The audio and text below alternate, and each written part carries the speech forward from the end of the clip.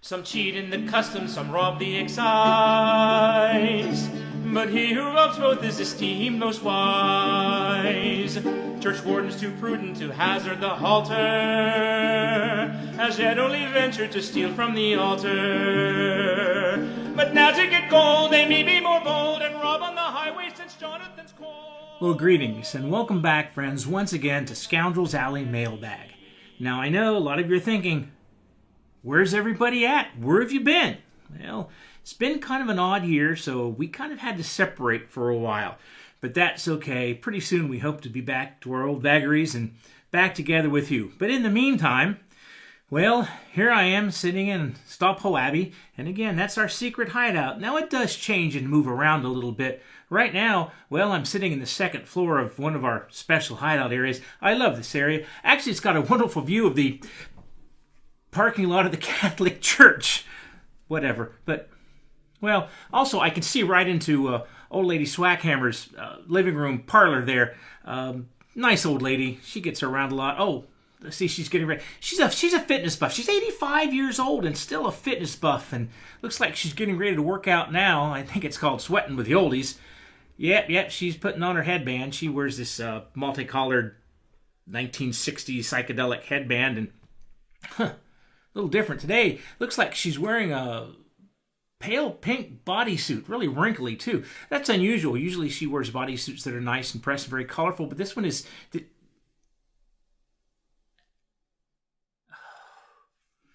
Susan, you need to go next door and tell that crazy old bat she either shuts her windows or puts some clothes on. Sorry about that. We'll edit that part out. Anyway, before we go any farther, I just want to remind you to go ahead and hit the like button and subscribe to all these great videos that we've got coming down the pike. And remember, if you don't subscribe, well, the next video, and I'm going to send it to your inbox, it's going to be the view I got right now. Shut the window, lady! Sorry about that. Anyway, early on, if you remember when we first started our videos, even before we got sidetracked with everything else that's going on in this crazy world, I introduced you to my character, the Sharper, name of Christopher the Sharper. Now, Christopher was a Sharper. He is a true scoundrel. B.E. Ghent, some of you have been following our writings and such in the articles that we've been putting out. B.E. Ghent, he defines a scoundrel in the 18th century as a hedgebird. Well, a hedgebird was specifically a gambler, a gamer, a cheat, a conman, a sharp, someone who rattles the tats, which was just another way of saying I'm cheating at dice. And so he truly was a scoundrel. Now, if you remember, the character that I play, Christopher, he's actually two people. He's Christopher Bodkin, and he's also Christopher the Sharper, the flying stationer sometimes a Faulkner, a shower of small tricks.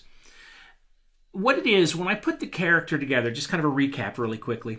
When I put the character together, I was looking at three people. I was looking at Banfield Moore Carew, where I got most of my influence from, of the 18th century. I was looking at the early 19th century gambler, mid-19th century gambler, George Duval here in the Americas. And I was looking for a later 20th century person that I knew quite well by the name of Eric Seitz. What these three had in common was how they came about doing what they were doing. They all three kind of came about it the same way, but that's a completely different story. Suffice it to say that Christopher, as the Sharper, because he is basically two people, he's got some issues that most of the Sharpers of the time didn't deal with. For instance, in this time period, the scoundrels, the Sharpers, these people, they had one attitude, and that was, you have my money and I want it back, and I will do anything to get it back. Now, sure, I'm going to say things like, well, I won't gamble with widows or orphans. Well, that's a bunch of bunk. If you have money, I want it. And they were very amoral about it. They wanted the money, and they didn't care what the situation they put you in. They wanted your money. Christopher's problem is, because Christopher, in truth, is Christopher Bodkin, who grew up in a fairly well-off family. He was the second born son, so he was not going to get anything from the family in this time. Primogenitura is what it was called. Everything went to the firstborn son, the eldest son. But he was sent to school to be educated so he could help at the home. Well, it was at school was where he ran into a canting crew, began to learn their games, began to learn their language, began to learn their songs. And for the rest of his life, Bamfield Moore Carew, he stayed in both worlds. Well, for most of his life. Towards the end, he got out of the gambling completely. But he walked both worlds, in the criminal side and also the honorable side. He got married when he was in the honorable side, but he took his wife and his daughter into the criminal side, and they would go back and forth. A few months they'd be criminals, a few months they'd be upright citizens, a few months they'd be criminals, gambling, street criminals, part of a canting crew. And then until he finally actually, the reason we know so much about him is he actually left the canting world, went back into the real proper world for the rest of his life and wrote his memoirs. But Christopher, as the gamer, because of that, he's going to have a bit of an issue that he walks a moral line, and that's where the interest comes with the game. So the question was, can we see his games? So I'm going to show you a couple of his games that he did.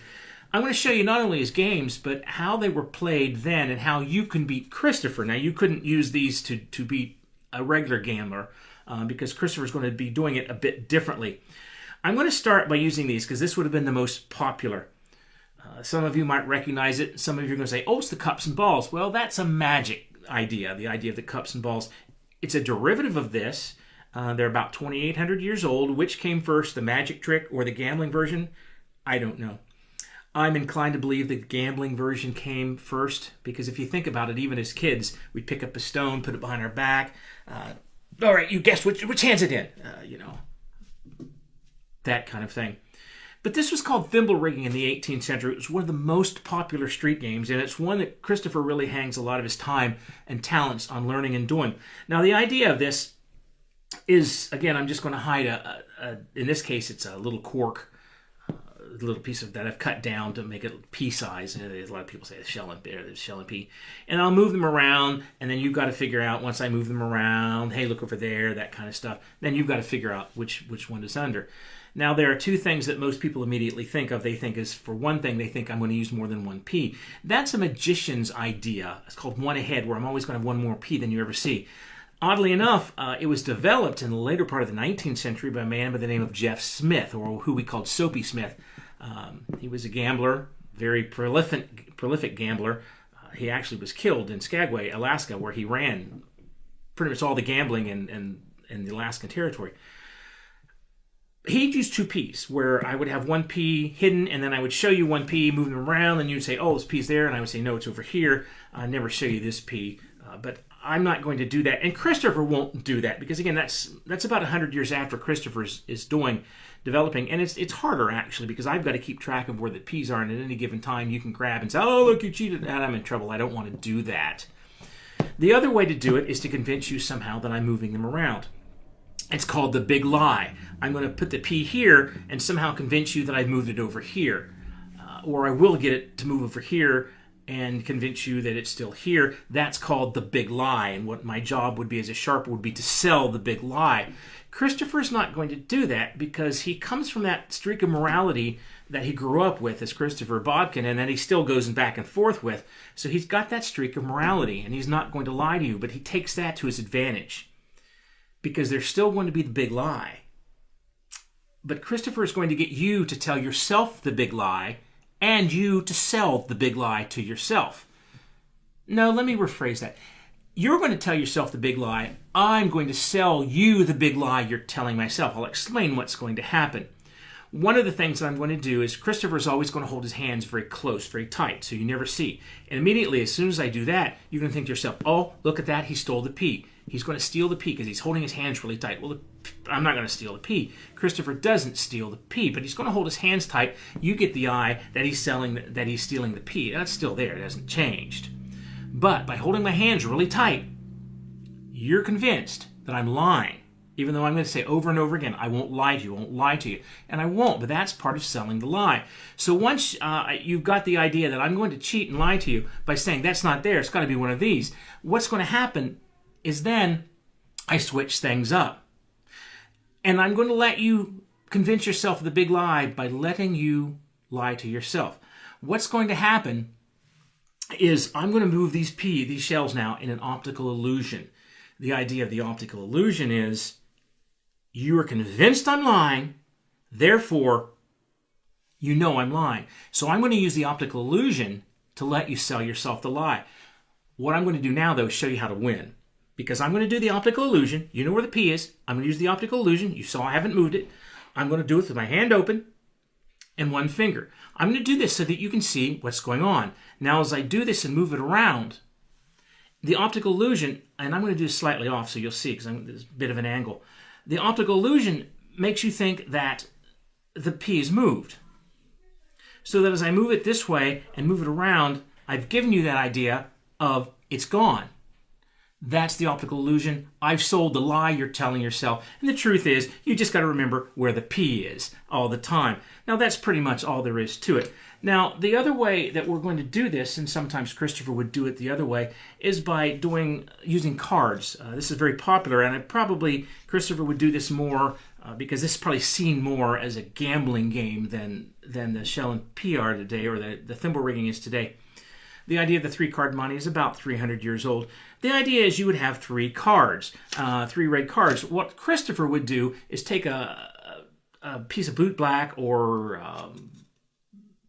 soot and mark on the red card. That way you'd be able to follow the red card. Now, they realize, though, that if you use 3 black cards, then I've got an issue because I can't use black. So they would prick their finger or something, a little bit of red there. I personally don't like blood. I don't like to do it that way. Then they realized if you use 1 black card and 2 red cards, then all you'd have to do is figure out which one the black card was.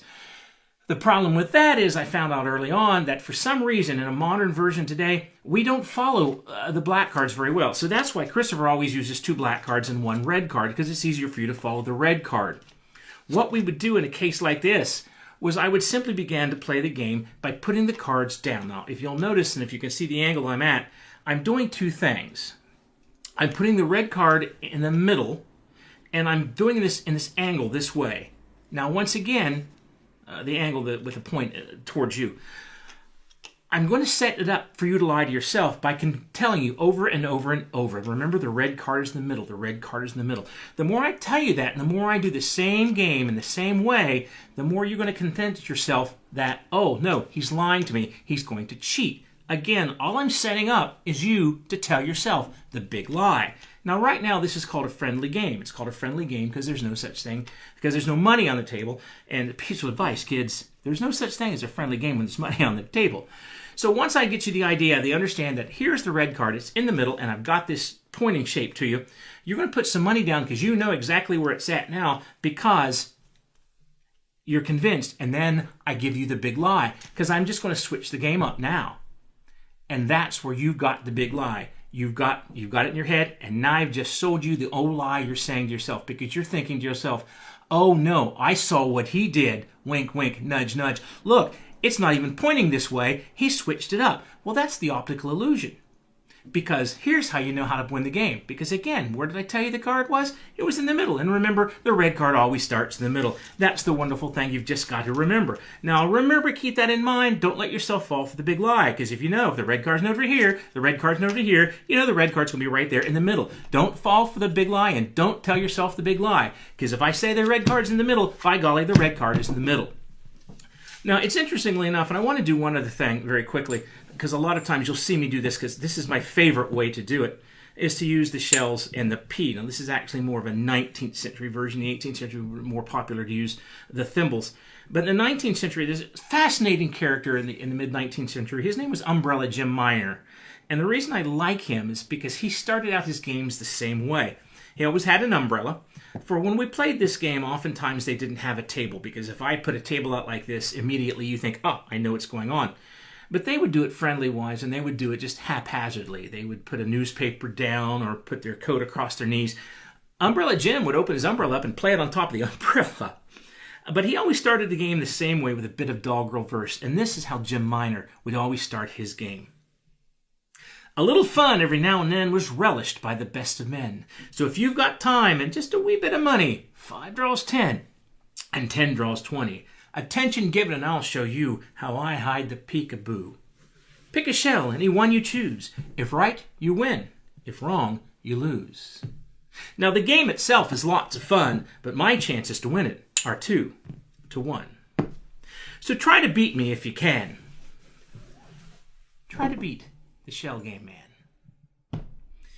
Well, we hope you've enjoyed our little time here with... Shut the window, lady! Jeez. Hope you've enjoyed our little time here at Scoundrels Alley and a little demonstration we had with some of the games that Christopher would play. If you take nothing out of this, remember this, and as Christopher will tell you at the beginning of every show and at the end of every show, don't play this for money. Well, remember to subscribe and like. If you have any questions, my name is Eric. You can reach me at eric@fairwinds.com or get it on the website, www.fairwinds.com. And of course, you can reach Frank and Carol or Parson John and Maggie at parsonjohnandmaggie.com. So until the next time, well, don't play this for money. Have a good day.